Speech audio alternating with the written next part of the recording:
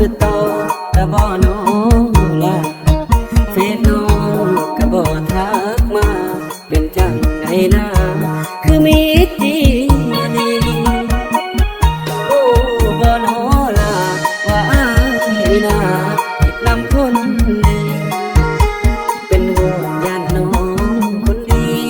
มีสายเข้ามาพี่ละขอ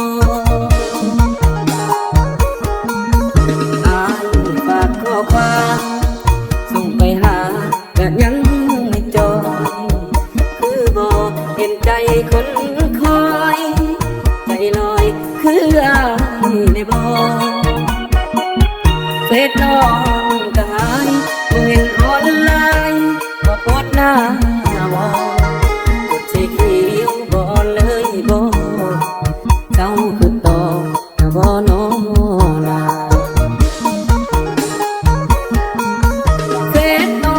บ่ทักเศร้า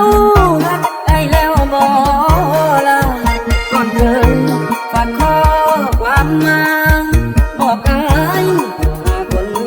ดีเฟซน้องบ่อ่อนหรือว่างามนอนเปลี่ยนเฟซเล่น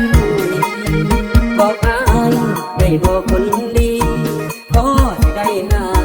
เวลาทำใจ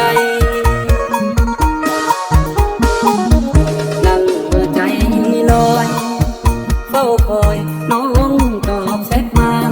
หรือว่าน้องแก้วตาตัดใจลาบ่เหลือเนื้อใหญ่เฟซน้อง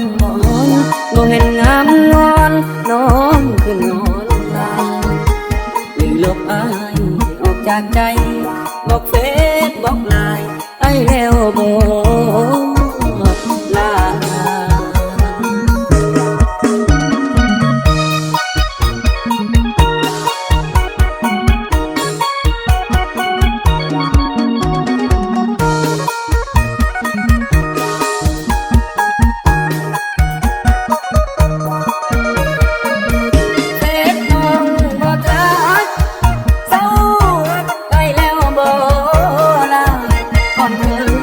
ฝากข้อความมาบอกอายโทรหาคนดีเฟซน้องนอนหรือว่างามงอนเปลี่ยนเฟซแล้วบอกอายได้บอกคนดี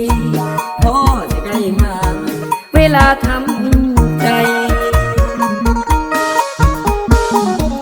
นั่งเมื่อใจลอยเฝ้าคอยน้องตอบแชทมาหรือว่าน้องแก้วตาตัดใจลาบ่เหลือเนื้อใหญ่เฟซน้อง